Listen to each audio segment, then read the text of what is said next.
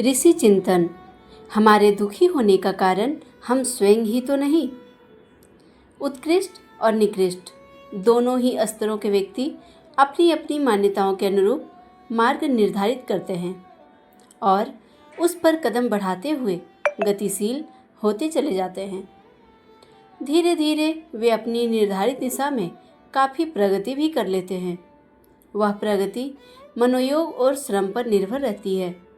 जिसकी जितनी लगन और तत्परता होती है, जो जितना साहस और धैर्य प्रदर्शित करता है, जिसका जितना श्रम होता है, वह उतनी ही गति से अपनी अभीष्ट दिशा में बढ़ता चला जाता है। अधिकांश लोगों की अभीष्ट आकांक्षा इंद्रिय सुख भोगने, धन संग्रह करने या दूसरों पर अपना रोब गांठने की होती है। इस परिधि में प्रायः सारा मनोयोग लगा रहता है। प्रयत्न का फल तो होना ही चाहिए, होता भी है। कितने लोग एक सीमा तक उपयुक्त आकांक्षाओं की पूर्ति भी करते हैं। कई व्यक्ति धनी मानी और शौक मौज करते हुए देखे भी जाते हैं। साथ ही यह भी होता है कि बहुत प्रयत्न पर भी परिस्थितिवश बहुत ही स्वल्प उपलब्धियां हाथ लग पाती हैं। दिन भर मेहनत करने पर भी परिवार का पेट पालना कठिन पड़ता है।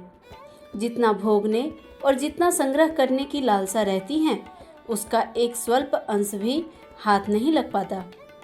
दूसरों पर अपना शासन अथवा रोब रखने की इच्छा रहते हुए भी उल्टा अवसर ही हाथ रहता है।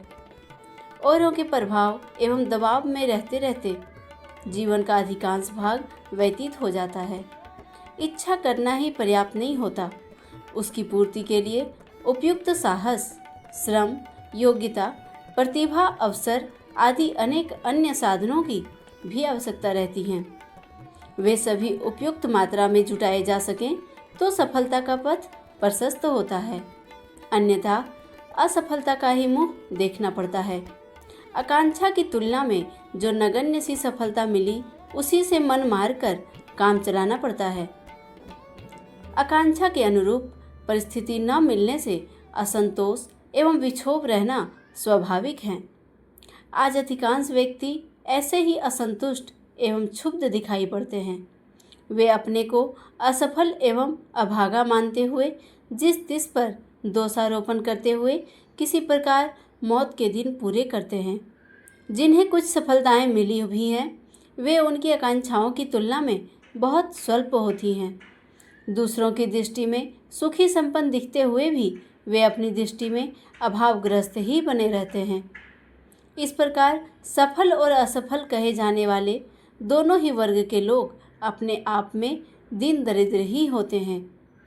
कोई विरला ही यह अनुभव करता होगा कि हम संतुष्ट हैं, सफल हैं और जीवन की सार्थकता पर गर्व अनुभव कर रहे हैं। कर्मयोग और कर्म कौशल, पृष्ठ 17।